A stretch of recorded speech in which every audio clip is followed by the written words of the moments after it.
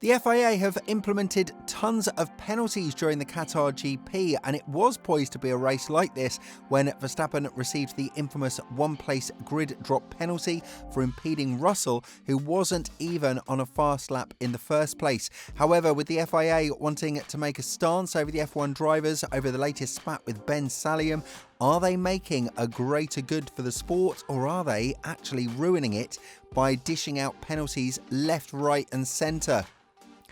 It's safe to say that Formula One has witnessed a total chaos in Qatar that, by the way, could have been prevented if the FIA called in the safety car a lot earlier.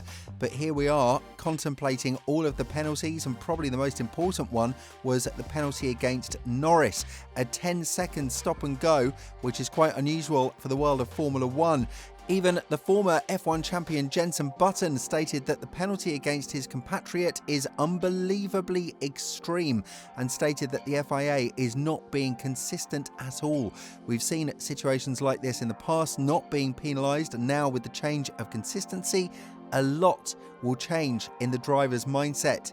But as I mentioned earlier in the video, everything started with the infamous one-place grid penalty of Verstappen as he impeded Russell during qualifying in a situation in which the Brit wasn't even on a fast lap in the first place.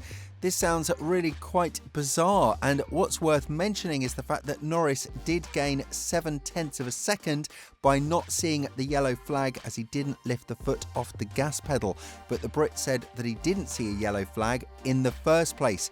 Talking about the penalty, which he feels is right but hasn't been served in a proper way as he didn't see a yellow flag, he went on to say, "Honestly, I don't know what I've done wrong at the minute under the yellow flag.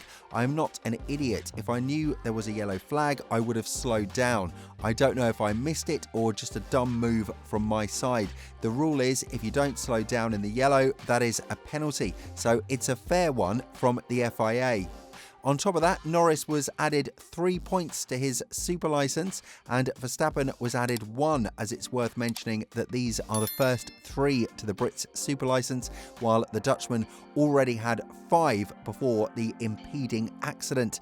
And with Verstappen being Verstappen, you would normally assume that he would be infuriated with the penalty he's received on the grid, as he made sure not to mince any words and continued to be the outspoken driver out of all of them, adding, "I'm not going to talk to Russell about it. You know what it is. Russell always acts very nicely here in front of the camera, but then when you're in there in person in the steward's room, it's just a completely different person.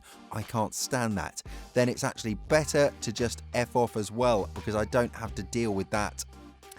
The anger of Verstappen goes without saying, because he felt like Russell accelerated on purpose in front of the turn that he was blocked by him, as he wasn't even on a fast lap at that time. But aggravating a 4-time world champion is something that set the precedent of the entire GP, which ended with a 10-second stop and go penalty for Norris that is going to be talked about massively as the McLaren driver stands on his ground that he didn't see any yellow flags whatsoever. What this eventually did was scrape us from effective racing at the end of the Grand Prix, but it dealt a massive blow to McLaren's championship fight in the Constructors category.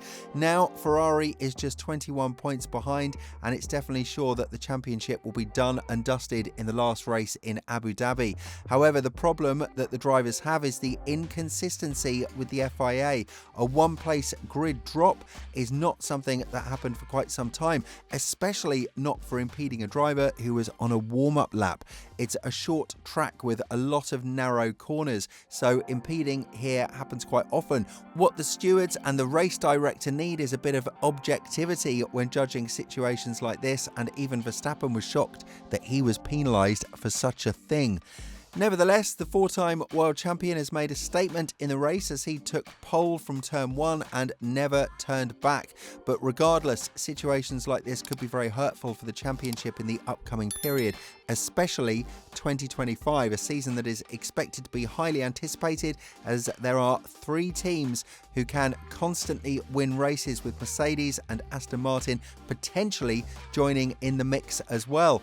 This is why penalties like this shouldn't happen in the manner tyre like they did. And what is worth noting is that regardless of what the drivers are doing, they are just not going to win over the FIA's hearts. Not to mention the fact that there were 2 full laps of racing with a piece of Magnussen's car on the track that, as I mentioned earlier in the video, is the root of the entire chaos. For example, Bottas ran over it and sprayed it all over the start-finish line, which is what caused the 2 punctures of Sainz and Hamilton.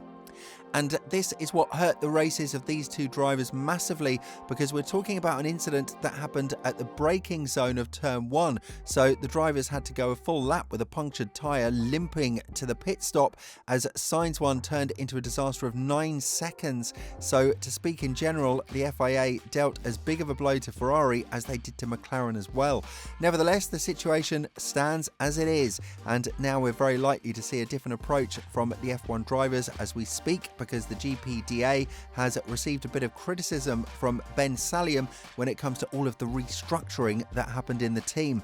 Recently, members of the GPDA commented about the situation that is happening in the FIA as a sign of something happening in the internal circles of the governing body. And these comments were further bolstered by the now ex-steward Mayer, who's the son of the co-founder of McLaren and one who did his job voluntarily as a steward.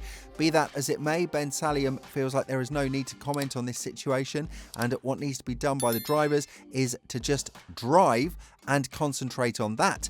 As he went on to elaborate, "It's none of the GPDA's business. With all respect, I am a driver. I respect the drivers. Let them go and concentrate on what they do best, which is race. But okay, you want to know how much we paid in grassroots? I will tell you. We've invested 10.3 million euros in grassroots last year, and I think that is a lot of money. In 2024, up to now, we've invested over 10 million back in grassroots, and that is in karting. The departures from the FIA are our business. We will do whatever is good for the FIA, so it's really none of people's business to interfere in ours. It's the results that we produce. Do we have to tell them? When something in the F1 teams changes, do they tell us? No, they don't. Nobody has to. We have the rules, we follow our rules. We don't follow someone else's rule. Simple as this. At least there is one positive from all of this. We are going to see a fierce fight between 2 drivers on the grid regarding the second position in the Drivers' Championship, Leclerc and Norris. And probably the more important one will be between their respective teams in the Constructors category. This is something that deserves a lot of attention because the team that wins will get the bigger cash prize money, but will lose out on time spent in the wind tunnel, something that Ferrari and Red Bull desperately need after the disastrous upgrades that turned into downgrades in 2024. When talking about the Qatar penalty and how it affected the team in general, Norris said, "Of course, Qatar is an opportunity missed. That is quite obvious. The team gave me a great car today, so I am thankful for that. I'm disappointed that I couldn't have done a worse job than I did today and not given them the points they deserved. So I've made the job of the team much harder than it needs to be. The team are doing a great job, but I've let them down." With all this in mind, the consistency of the FIA is now taking a massive bash, and whether we like it or not, the situation is starting to get more and more anticipated by the day. So do you think that Verstappen and the rest of the grid have their right of say in this, or do you think that the FIA is taking the right direction by penalising everything and just following the rule book that has been given to every single driver on the grid? Let us know what you think in the comments below.